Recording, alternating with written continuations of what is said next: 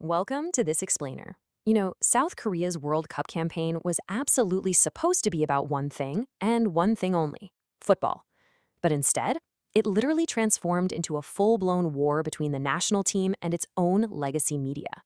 I am just fascinated by how a massive global sporting event can shift focus so drastically.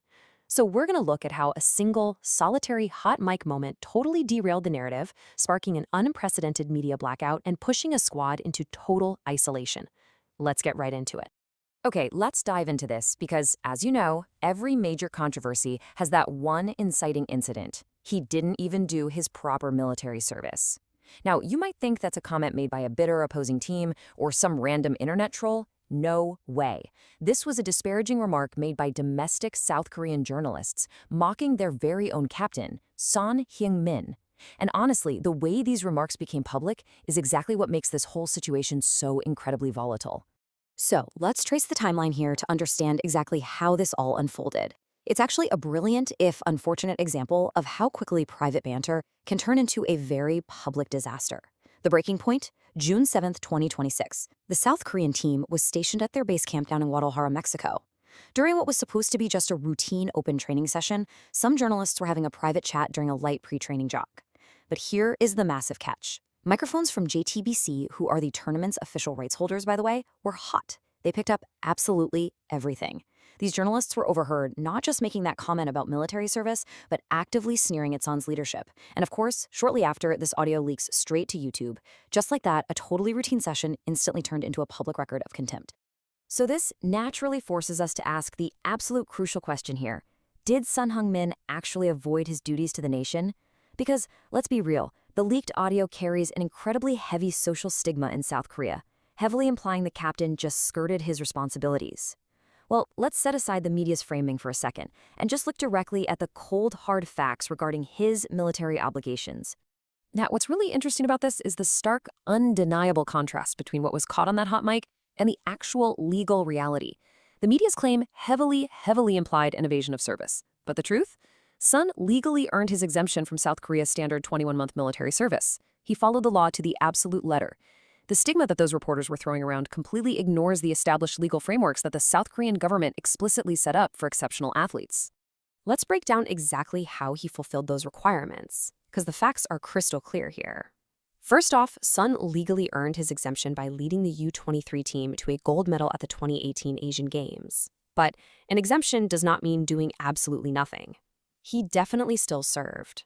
To satisfy the government's strict requirements, he actually completed a rigorous 3-week basic military training course with the Marine Corps on Jeju Island back in 2020. And on top of that, he performed hundreds of hours of mandatory community service. So when you look at all these required steps, it becomes glaringly obvious why the squad found the reporter's hot mic comments so deeply disrespectful and, frankly, factually dismissive.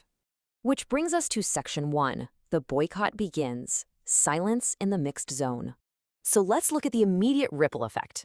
See, the team didn't just get angry and put out a PR statement. No, they went completely silent.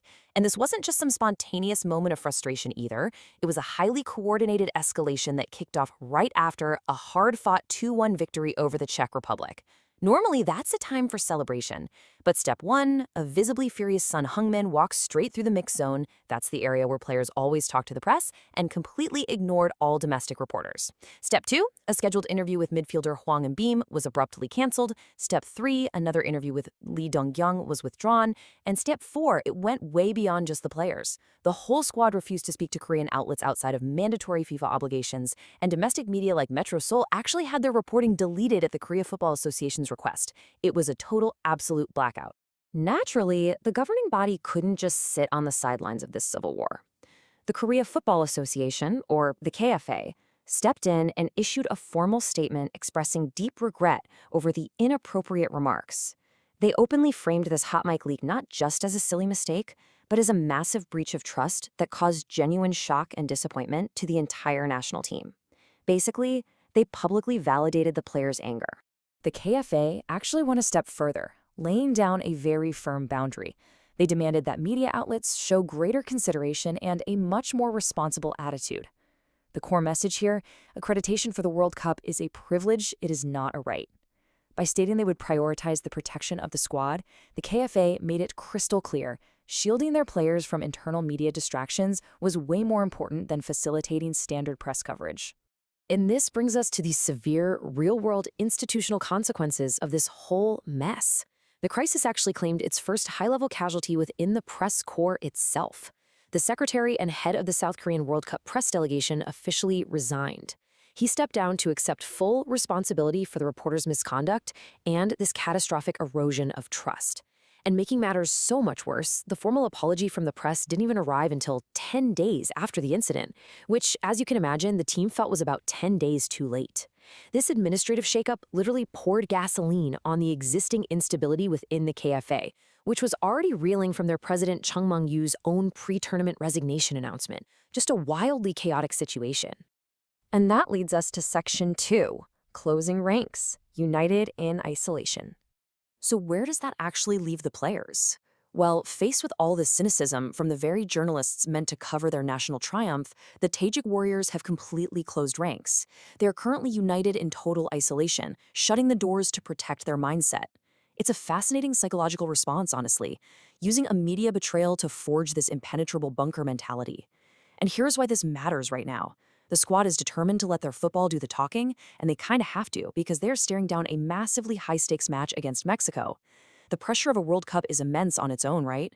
But stepping onto that pitch in Guadalajara with a completely collapsed relationship with your own legacy media, that adds a layer of psychological tension that is truly rare in modern international sports. Which leaves us with this final lingering thought. A leaked comment, a total media blackout, a press leader out of a job.